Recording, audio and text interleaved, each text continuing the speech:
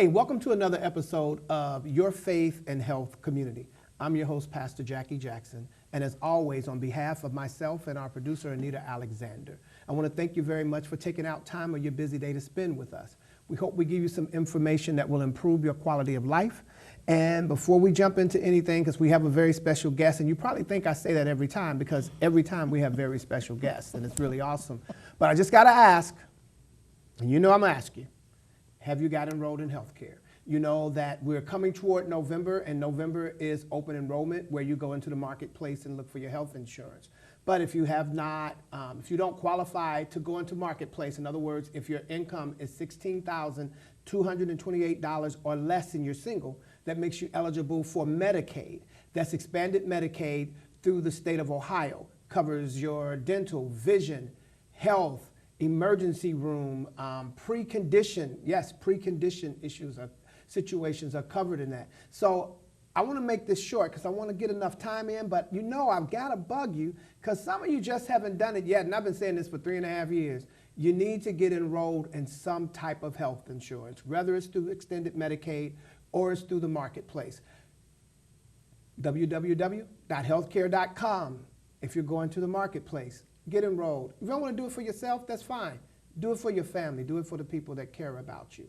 The other thing I want to mention, which isn't on healthcare, but I think is also important. Listen, there are parents, there are mothers and fathers. You know what your children are doing. You know what your kids are doing in the community.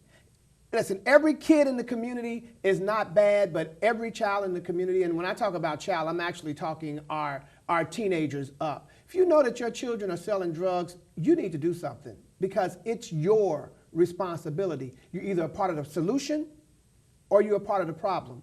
And I got a secret for you. There is nothing in the middle. If you know that your children have weapons, they have guns in your house, and they're not legal, and especially if they're teenagers or they don't have legal guns, it's your responsibility to make sure that your house becomes a gun-free zone. It's too late after something happens. It's too late if they hurt somebody or if they get hurt or they hurt you or another family member. So you've got to take on that responsibility. It's time for us to stop looking for solutions everywhere else and start dealing with solutions in ourselves and in our home. Leave you alone now. Get enrolled in healthcare. Take care of your house. Take care of your children. Take your responsibility. Be responsible. So like I said, I have a very special guest. We have Iris Rowley. I've heard her called a number of things, from Sister Iris to the Black Queen to Queen. All I know is that whenever I see her, I'm happy to see her because I know the work that she does is important. She always seems to have a smile on her face. She always seems to want to uplift. So Iris, I want to thank you very much for being here today. Thank you for having me, Pastor Jackie Jackson. And I wouldn't be as fabulous as I am without you. So without your upliftment, and when I call you for help and assistance, and I know we've done some things together that most people wouldn't even dream of knowing or did know that we did. But the work that you do, the foundational, constitutional man that you are in our community inspires me to be exactly what you described. And I just want to thank Faith and Health and the community and the producer, Anita Alexander. Thank you all for having me here so that we can continue to work and build and lay the foundation for those that are coming into our community. So thank you. So we'll say to God be the glory on both our halves. We'll let him have the glory, and we'll just continue to be the vessel that he chooses to use as long as he chooses to use us. But again, thank you. I want to jump in because we don't have a whole lot of time, and we could probably spend the next 3 or 4 hours and just be at the beginning of the Iris Rowley story. Well, I'll come back. Well, definitely. Oh, we're going to have to get you to come back. We'll have to come to you. One way or the other, we're going to get you here again. I want to talk about something. Sure. Because we know you have a long history. You're working in the community. You're looking at the well-being for the community. We know you work with the city of Cincinnati on things like the collaborative and whatnot. You're out in the communities. If people are hurting, if whether it's shootings or injustice, you're there. And I want to go back on something real fast. This is going back to the president of A. Philip Randolph Institute. Well, she was the keynote for this particular event. And I'm assuming you were at this event? Well, she's coming this year. Oh, she's And coming this year. She's coming this year, and she's the first president of the A. Philip Randolph Institute, of which we all should know about, historically, about what other civil rights organizations have done in the history and capacity of African Americans in America. So she's the first president. She will be the keynote speaker this year for the NAACP's annual fundraiser. And I would encourage everyone to come and hear and listen, because oftentimes we don't do work in silos. So I call Jackie, I call the NAACP, we all call each other, we call NAN, we all call one another, we call the Nation of Islam. We all end up at the same place at the same time, right? And we need to. And we need to. And more often, people don't understand or know that. So when they see us all collectively come together, we may be coming from different types of religious or spiritual backgrounds, but it's our faith and it is our belief that brings us together, that makes us do. We don't stop there at the word. We let the word inspire us to keep moving collectively together. So she'll be here, and that is actually next Saturday. And it's the only fundraiser that the NAACP has, and NAACP is our oldest civil rights organization. And so I would encourage everybody to come out and hear what this beautiful young lady has to say in motivation and keeping our feet on the street like yours, because oftentimes I ask you all the time, how do you all do it as outreach workers? You see things that most people don't see. You see the good, you see the bad, you see the very ugly in the communities. You see the good, the bad, and the very ugly of our children. You see the good and bad and the very ugly of parents, and the good and bad of government, and the very ugly of government. So you all see it and internalize it. So I just want to say that I love you for being in this role, and the caring gentleman that you are in that particular role. So you all need some, places to breathe too, because of what you see and that you internalize. And it is trauma. It's a lot of trauma out there. So thank you for the work. Thank you for bringing it, and thank you for allowing me to have this conversation. But yes, be there next Saturday. Right. Well, like I always like to say, is to God be the glory, because if I had my way, I'd be at home playing Madden when those situations occur. But being a part of the community outreach advocates, I do find it to me, it's extended ministry, actually. Okay. It's my mission. In fact, I was doing the work probably a year before I knew the outreach team existed. Okay. Wow. And I actually met the outreach team going to the homicides and going to the shootings and doing outreach in the streets, because that's for amazing. me, that's what ministry is. That's amazing. I like being indoors if it's freezing, but right. But ministry to me is in the streets and not concealed with, how they say, preaching to the choir. Yep. I prefer to preach or speak to, not the choir. Everybody's speaking to the choir. But I want to get back on you, because this is about Iris Rowley, not about me. But I wanted to read this. This is from 2017. Iris Rowley is about us. That's the beauty of it. Let me just say this to you, Jackie. Someone asked my husband, Jesse Rowley, and we just celebrated 25 years of marriage. Not being together, but of marriage, which is a contractual agreement, a moral agreement, a judgmental agreement. And I can't even tell you where the 25 years have gone. I just looked up one day and we were 10 years, 15 years, 20, now 25 years. But he said to someone, because they asked him, how are you married to her? And one thing you have to understand, that Jesse is of the universe as well. All you got to do is talk to him, right? We almost are too similar. But he said he understood when he met me that I belonged to my community, that the universe gave him me, but I belong to the community, and he is okay with that. And so I am you. I am Anita. I am the community, and that's why it flows. That's why you were able to see the outreach workers at a very horrible scene, but your heart, your mission, your work, it exuded to them, and you were able to connect. That's how the universe provides us here. We're supposed to connect. So I am all of us. So I know you want to talk about me, but you can't talk about me without talking about you. Well, but the Bible also says, the Bible says, give honor to those of which honor is due. And so that's why, and it's not to embarrass you. I don't mean embarrass you in a bad way, but to just I'm not trying to just throw praise on you, but the work that you're doing is really important work. And I don't know that all the time people know the work you're doing in a full scope, right? They may see you over here and see you over there and then just put you in that pocket and not realize that you spanned over. If it's community, put it this way, if it's community, you're doing the work. I'm there. And so. And I'll humbly accept the love. I try to. It's difficult to do it. And you know it, because if you get some praise, then someone comes behind it and says very negative things. You're not doing enough, or why aren't you doing this? Or even, Jackie, I have people asking me who look like me and say, why do you do so much?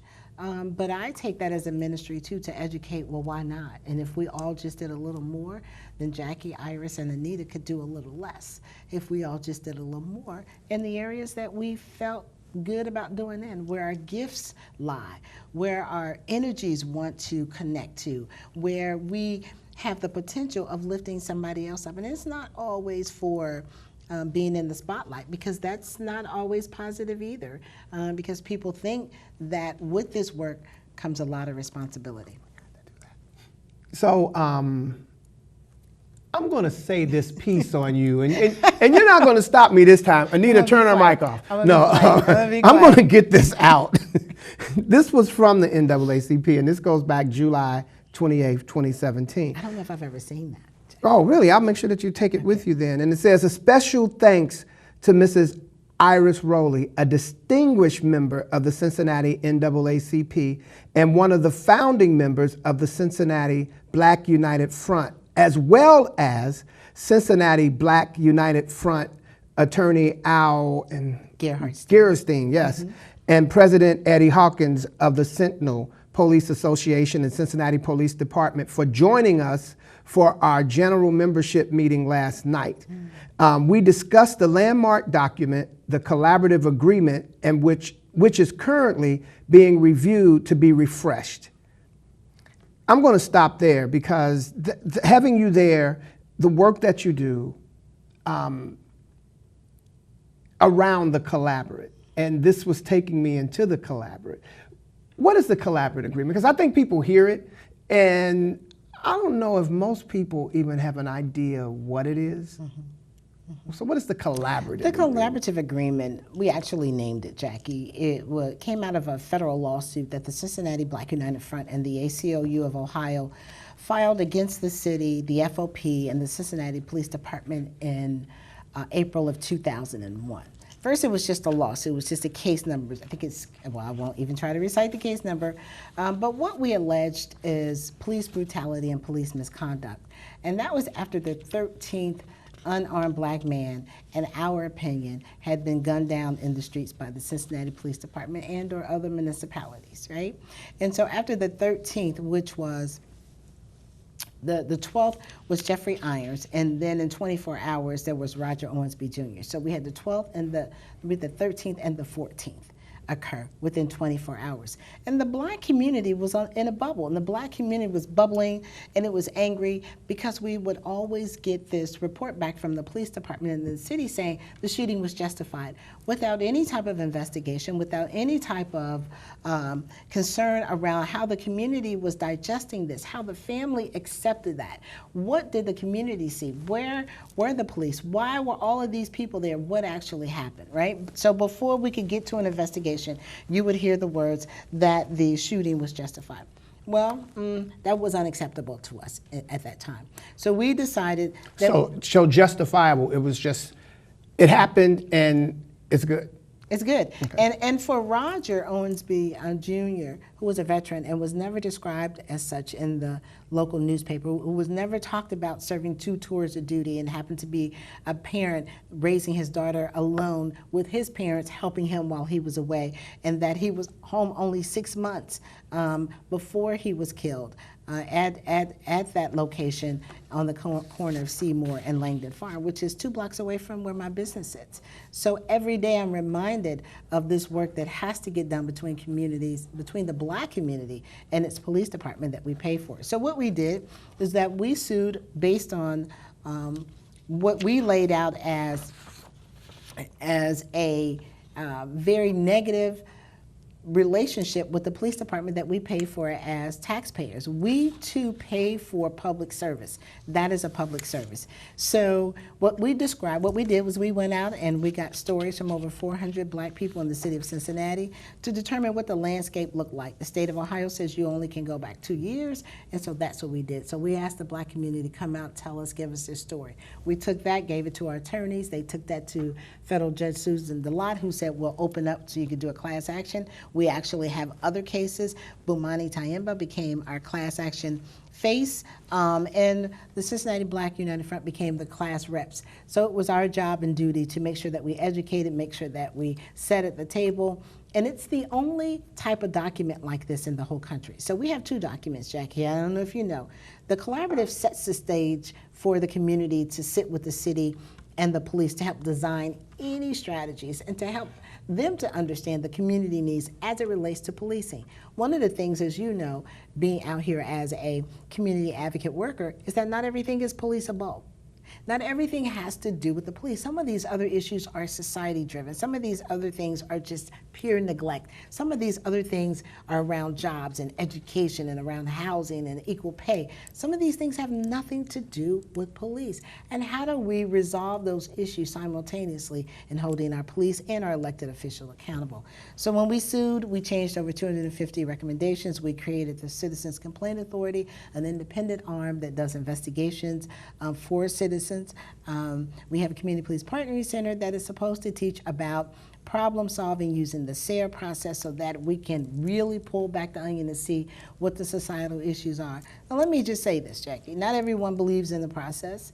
There are communities who are extremely skeptical about partnering with the city and the police and allowing the police to, do some internal changes around what needs to be done. So, but we're there, and until we figure out a better process, we will be at the table. That's essentially what the collaborative is about, and I know it's a lot of language, but please Google the collaborative agreement, read it. It's only 35 pages long. I think read the first 9 pages. It'll give you the value statement, the mission, and why we have to have this at this time. And I'm happy to say, Jackie, it's been 18 years since we started this. The implementation of the first wave of the collaborative started in 2002.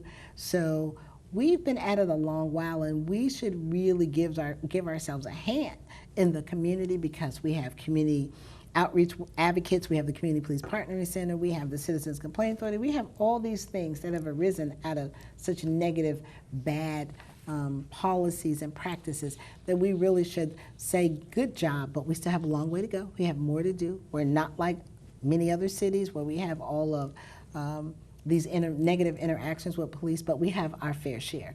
And while we need to focus on that, that's what I've been doing for the past 18 years. Which is a lot of work. On the collaborative agreement, I just want to touch on this. So in August, I believe that the FOP president asked the city manager to reevaluate collaborative agreement members.